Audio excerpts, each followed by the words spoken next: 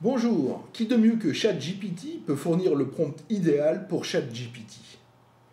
En partant de la formation de Ludo, de la chaîne éponyme, et de son prompt MyPrompt pour créer un prompt optimisé pour ChatGPT, je vous propose ici une version retravaillée et qui s'adresse tout particulièrement à toutes celles et ceux qui n'ont ni le temps ni toutes les compétences pour suivre les chaînes spécialisées en IA.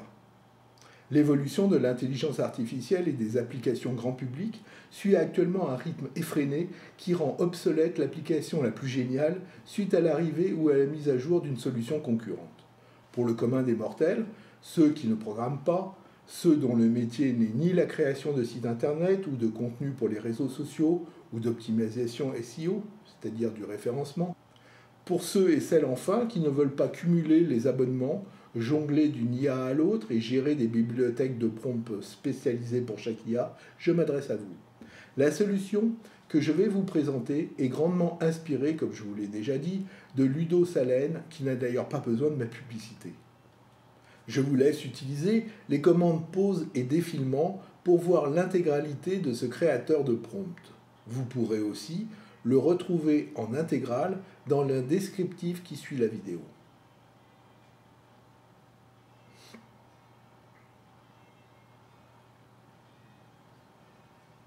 Avec les prompts que vous allez générer, vous pourrez créer des contenus de qualité, effectuer des recherches pertinentes, apprendre, partager sans bourse déliée. Utilisable avec la version gratuite de ChatGPT, la version 4.0, il suffit simplement de remplir ou copier-coller les instructions dans l'onglet Personnalisation de ChatGPT, un onglet présent même dans la version gratuite. Pour commencer, vous allez voir le résultat obtenu avec ChatGPT avec une simple requête non travaillée, donc sans utiliser le prompt ultime. Quelles sont les particularités de la macrophotographie?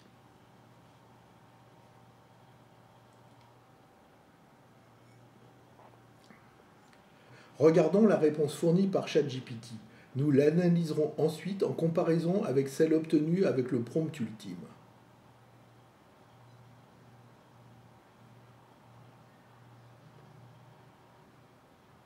Maintenant, je vais vous montrer les bases du prompt engineering, aussi appelé ingénierie de requête, pour optimiser simplement votre demande et améliorer la réponse que vous fournira ChatGPT. Comme vous pouvez le voir au chapitre 2 des informations à fournir dans les instructions personnalisées, les éléments essentiels sont le rôle, c'est l'expertise que l'on donne à l'IA pour mener à bien sa mission. C'est de l'ultra-spécialisation pour ne pas que les recherches se fassent tous azimuts. L'IA devient le spécialiste du sujet que vous abordez. Les compétences, c'est le fait d'attribuer à l'IA toutes les connaissances et compétences sur sa spécialité. Le contexte. On aborde ici votre environnement. Qui suis-je? Quelle est ma demande et pourquoi faire?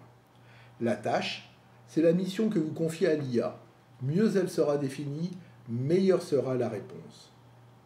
Le process, ce sont les étapes que va suivre l'IA pour optimiser sa réponse. Par exemple, pour du contenu, recherchez d'abord des idées directrices, puis la structure du texte en fonction de sa finalité, le chapitrage, l'écriture et la mise en forme. Les facteurs, ce sont justement les éléments clés sur lesquels porte votre attention. Sur un même sujet, ils peuvent varier en fonction de la finalité. Pour une exposition, par exemple, les points cruciaux ne seront pas les mêmes si vous êtes l'organisateur ou si vous êtes un spectateur. Ce qui pourrait paraître anecdotique pour l'un pourra être essentiel pour l'autre. Les fonctionnalités et les ressources. Vous indiquez à l'IA, qui souvent cherche à économiser ses ressources, toutes les ressources justement qu'elle doit mettre en œuvre et la méthodologie qu'elle doit suivre. Pour mener à bien l'élaboration du prompt optimisé, ChatGPT aura besoin que vous lui précisiez le contexte et la tâche. Le reste sera optimisé par les instructions présentes dans la personnalisation. Pour simplifier, qui, quoi, comment, pourquoi, pour qui. Vous vous présentez comme un particulier, une entreprise, un photographe, un enseignant, un chercheur. Vous définissez votre question le plus précisément possible avec les objectifs que vous souhaitez atteindre, vos impératifs et les éventuelles contraintes. Vous précisez ce que vous attendez de la réponse, la création d'un article, d'un tableau comparatif, une critique, un résumé. Vous définissez vos préférences de style, d'écriture, de richesse de contenu, concis ou détaillé. Vous définissez la créativité que vous accordez à l'IA ou au contraire, vous exigez une réponse factuelle, précise, vérifiée. Vous précisez le but et la finalité de votre recherche pour définir le contexte de votre demande. Vous définissez votre cible, c'est-à-dire quel est le public que vous visez. Avec tous ces éléments, vous allez voir la différence qualitative de la réponse. Vous n'avez pas besoin pour atteindre ce stade d'être un spécialiste en prompt engineering, il suffit seulement de réfléchir un tant soit peu à votre question avant de la formuler lors de l'invite de MyPrompt. Et le tour est joué, gratuitement, en quelques minutes. Si mes vidéos vous intéressent, je vous invite à vous abonner pour rester au courant de mes prochaines publications. Reprenons maintenant notre exemple sur la macrophotographie. Je vais commencer par reproduire ma première requête après l'invitation de mon prompt. Quelles sont les particularités de la macrophotographie?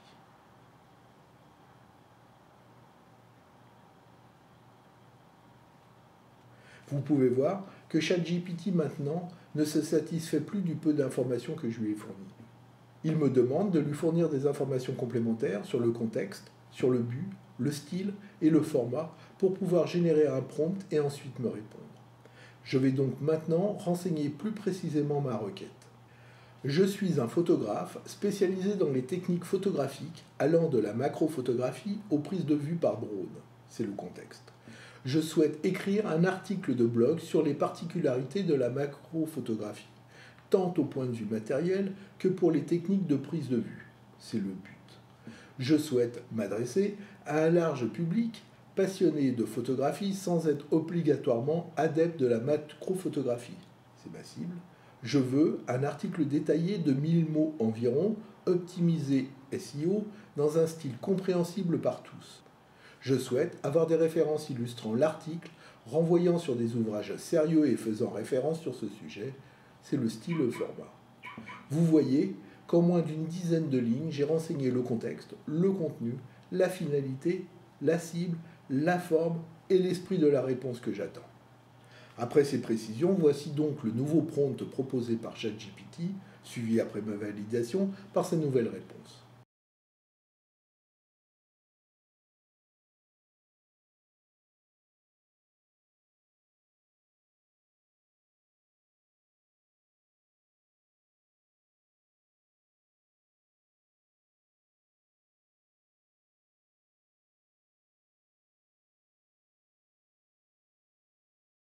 Intéressons-nous aux différences des deux réponses.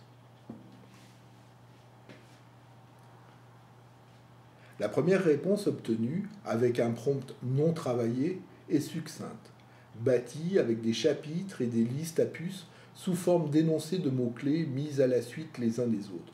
Rapport de grossiment, profondeur de champ, éclairage, matériel spécialisé, stabilité, composition et sujet, post-production, et pour finir une conclusion assez sommaire. La deuxième réponse obtenue avec le prompt ultime est beaucoup plus structurée. Vous avez un titre qui reprend le cœur du sujet. Les particularités de la macrophotographie, matérielle et technique. Ensuite, une introduction plus détaillée avec les références d'un photographe et la mise en avant d'une meilleure accessibilité actuelle de cette discipline. Ce qui introduit le chapitre de l'équipement, appareil photo, objectif, accessoires, éclairage. Ensuite, vient l'aspect technique, avec la mise au point, la profondeur de champ et l'utilisation de la lumière. Cela permet d'introduire une série de conseils et d'astuces conviviales pour inviter le lecteur à s'essayer à la photo macro. Pour finir, une conclusion avec une nouvelle invitation pour découvrir cette discipline en proposant une liste succincte de ressources sous forme d'un livre, d'un site web et des travaux d'un photographe. Comme vous pouvez le voir, la différence tant sur le fond que sur la forme est flagrante, sans même parler de l'optimisation pour le référencement réalisée avec les mots-clés inclus dans le texte. Vous pouvez bien sûr demander à ChatGPT de développer tel ou tel sujet de l'article. Vous obtenez ce résultat facilement, sans besoin d'acquérir de longues et coûteuses formations. J'espère, avec cet exemple, vous avoir donné quelques éléments pour aborder un peu plus sereinement l'utilisation de l'IA générative, sans formation, sans abonnement et sans vous prendre la tête. J'attends vos commentaires, vos remarques, ainsi que des suggestions d'amélioration de ce créateur de prompt, en remerciant une nouvelle fois Ludo pour tout ce qu'il m'a appris dans ses tutos et dans sa formation. Je vous invite d'ailleurs à découvrir sa chaîne si vous ne la connaissez pas déjà. Vous trouverez le lien dans le descriptif. Nous arrivons à la fin de cette vidéo et je vous remercie pour votre attention. À bientôt, au revoir.